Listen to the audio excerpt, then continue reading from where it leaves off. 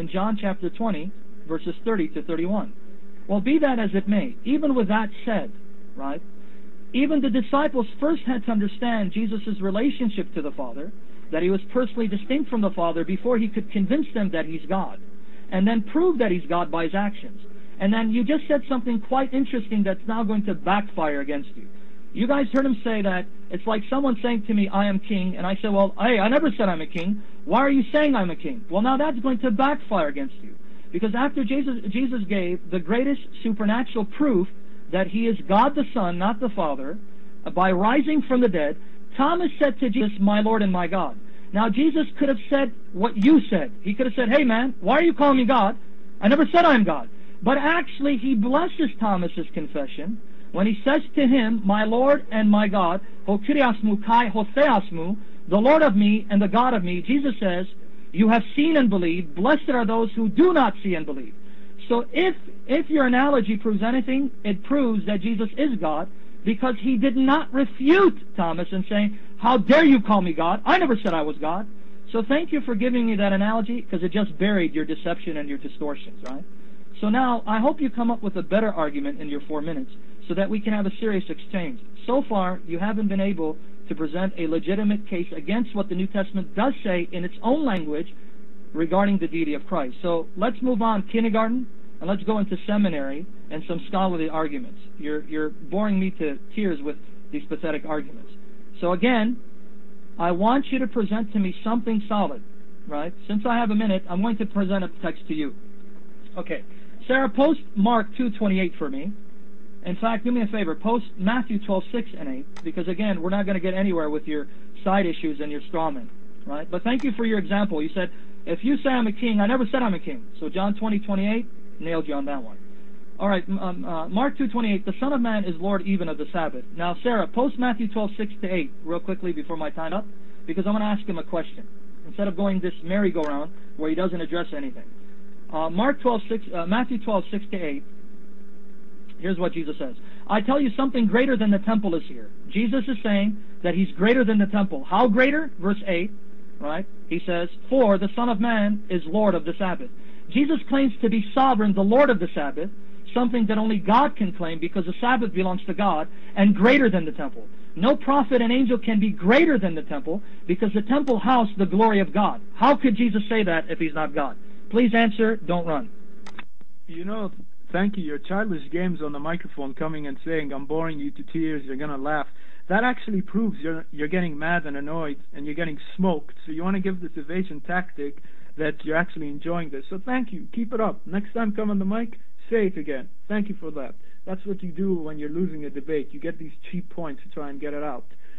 Secondly, you come on the mic and you say, oh, why would Jesus say I'm God when I'm dying? That's hilarious. Actually, that's not my problem. That's a problem in your own book. If he doesn't say it then or whenever, that's not my problem. That's your problem. So, point one, you have no answer to it. You can't show me where Jesus said I am God. So instead, you come on the microphone, you start blabbering. Anyway, thank you for bringing up what Thomas brought up. Because you bring up what Thomas brought up, but again, that's not Jesus speaking. That's not Jesus speaking.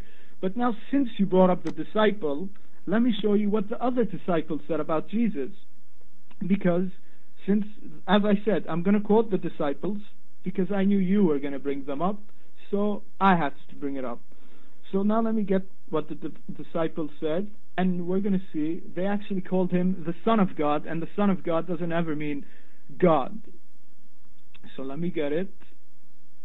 Just hold 1 second. Anyway, it's in Matthew.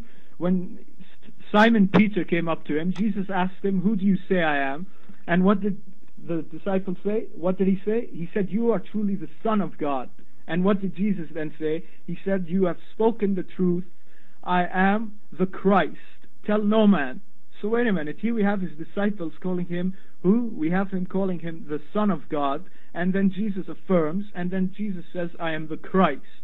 So you have the other disciple, Thomas, who was just speaking when he was surprised, saying, my Lord and my God.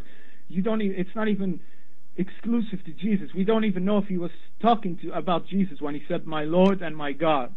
Why is he my Lord to you? I think you think that Lord means God. So why would Thomas say, my God and my God, to Jesus? My God and my God. Is he speaking like that? Is he calling Jesus my God and my God? I don't think so. It's clear that Thomas was saying my Lord, referring to Jesus, and my God, referring to the Father. And the Lord doesn't refer to God. It doesn't always have to mean that. And please, no text. Anyway, and resurrection doesn't mean anything. How does resurrecting mean you're God? I don't know that. To me, that's nothing.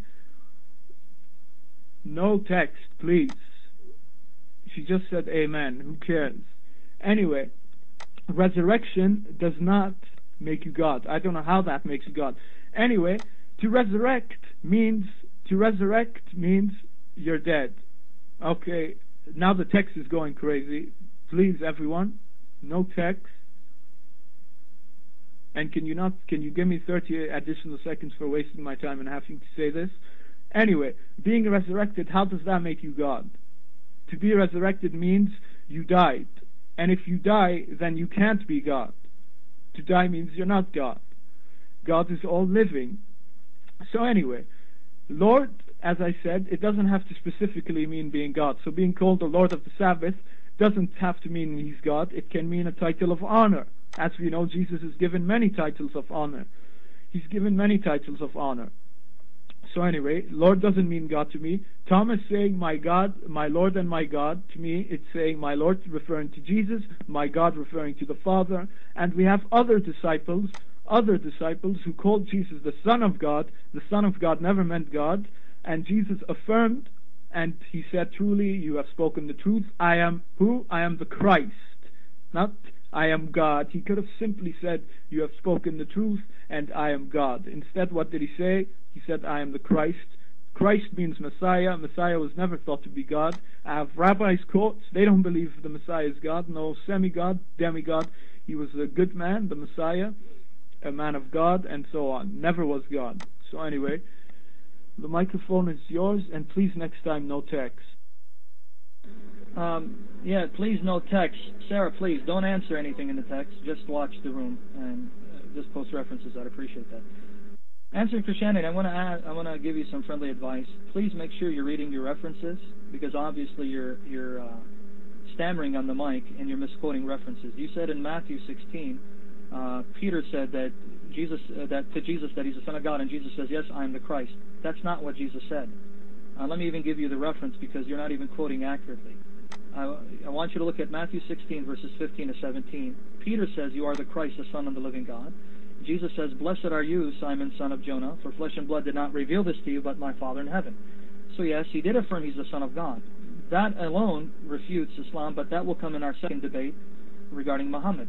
Now, you gave two answers that were incoherent regarding Thomas's confession. You first said that Thomas was surprised at seeing Jesus.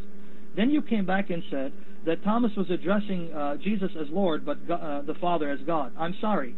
Read the Greek text. The Greek text says he said to him. It doesn't say he said to them. He said to him, my Lord and my God. So he's addressing Christ, because the text makes it explicit. Said to him. O kriasmu kai hotheasmu. In order to evade that, you came up with a very